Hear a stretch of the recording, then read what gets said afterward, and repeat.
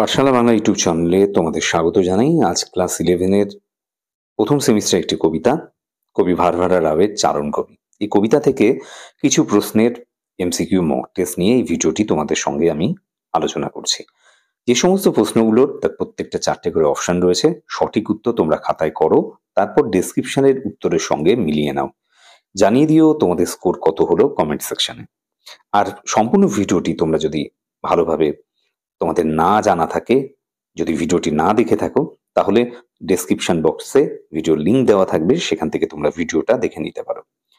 প্রথম প্রশ্ন, চারণ কবির মূল কবিতাটি কি? কবিতা, কাব্য, কবি না কথ্য?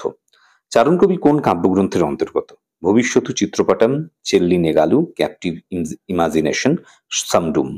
জেলের গড়ার থেকে বেরিয়ে আসছে কবির কোন লিপিকাস্বর, কি বুকে নিয়ে?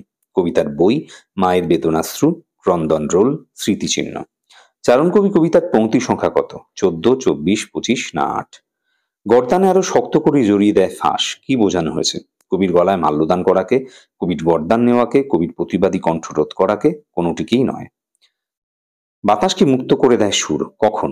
যখন কবিকে ফাঁসির মঞ্চে তোলা হয়, যখন কাঁপন লাগে জিভে, যখন ঘূর্ণিপাকে বিদ্যুৎ হয়ে ওঠে বাজ, যখন জেলের গড়ার থেকে বেরিয়ে আসে লিপিকার স্বর। কবি কি নিয়ে জনতার মাঝে শ্বাস ফেলেন? কবিতা, লিপিকা, সুর না স্বর?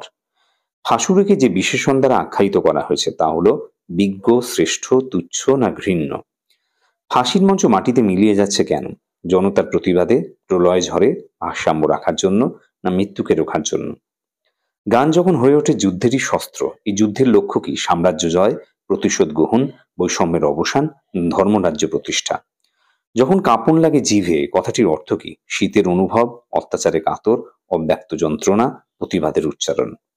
চারণ কবি কবিতাটি যে পত্রিকায় প্রকাশিত হয়, এবং জলার্ক, অনুষ্টুপ, ভাষাবন্ধন, সেতুবন্ধন। ভারভারা রাও কোন ভাষার কবি? তেলেগু, তামিল, মালায়ালাম না কন্নড়? কালো মেঘের দল যার প্রতীক, বৃষ্টির সম্ভাবনার, প্রাকৃতিক বিপর্যয়ের, শোষক অত্যাচারীর, নতুন সূর্যোদয়ের। গলায় ফাঁস লাগার পরেও যা হচ্ছে না, মানুষ মারা যাচ্ছে না, কথা বন্ধ হচ্ছে না, ফাঁসুরে সন্তুষ্ট হচ্ছে না, রক্ত চুইয়ে পড়ছে না, বিদ্যুৎ হয়ে উঠছে বাজ, যার প্রভাবে, তীব্র প্রতিবাদে, নৈরাজ্যের কারণে, ঘূর্ণিপাকে, প্রবল বর্ষণে। কবির লিপিকার স্বর বেরিয়ে আসছে কবিতার খাতা থেকে, মানুষের মিছিল থেকে, জেলের গড়ার থেকে, বজ্রবিদ্যুৎ ভর্তি খাতা থেকে। তুচ্ছ ফাঁসুড়িকে দিচ্ছে ঝুলিয়ে। ফাঁসুড়িকে তুচ্ছ বলার কারণ, সে নিম্নস্তরের পেশাজীবী, তাকে শাসকের ইচ্ছায় চলতে হয়। বিপ্লবীরা মৃত্যুকে ভয় পায় না, সে গরিব মানুষ। ফাঁসির মঞ্চ মিলিয়ে যাচ্ছে মাটিতে। উদ্ধৃতাংশের মধ্য দিয়ে যা বোঝানো হয়েছে, অত্যাচারের অবসান, শাসকের শুভবুদ্ধির উদয়, নতুন শাসকের জন্ম, এক সব পেয়েছি দেশের কল্পনা।